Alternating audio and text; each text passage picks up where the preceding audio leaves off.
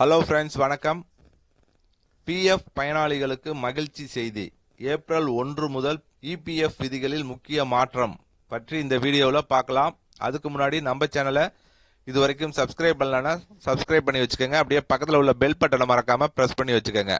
அப்போ தான் நம்ம சேனலில் இது போன்ற வீடியோக்களை அப்லோட் செய்யும் போது உங்களுக்கு தொடர்ந்து கிடைக்கும். வாங்க வீடியோக்குள்ளே போகலாம். பிஎஃப் பயனாளிகளுக்கு நன்மை தரும் வகையில் ஏப்ரல் 1 முதல் இபிஎஃப்ஓ புதிய விதிமுறையை அமல்படுத்துகிறது. சமீப காலமாக நிர்வாக சீர்திருத்தங்களை மேற்கொண்டு வரும் இபிஎஃப்ஓ இந்த முறை ஊழியர்களின் வரி சலுகையை பாதுகாக்கும் நோக்கில் முக்கிய மாற்றத்தை கொண்டு வந்துள்ளது.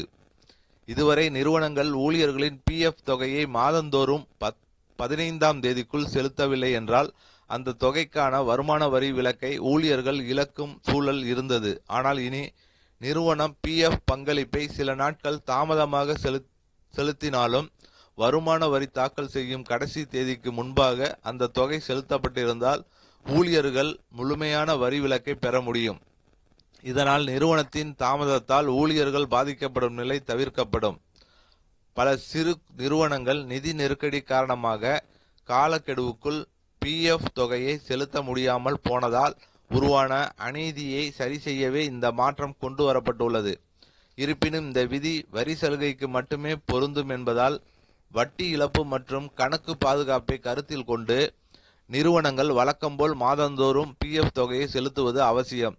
இதனுடன் புதிய வேலைக்கு சேரும் ஊழியர்கள் நிறுவனம் பிஎஃப் சட்டத்தின் கீழ் பதிவு செய்யப்பட்டுள்ளதா என்பதை உறுதி செய்து கொள்வதும், ஃபார்ம் 11ஐ சரியாக வழங்குவதும், யுஏஎன் எண்ணை உடனடியாக ஆக்டிவேட் செய்து ஆதார், பேன், வங்கி விவரங்களை இணைப்பதும் மிகவும் முக்கியம்.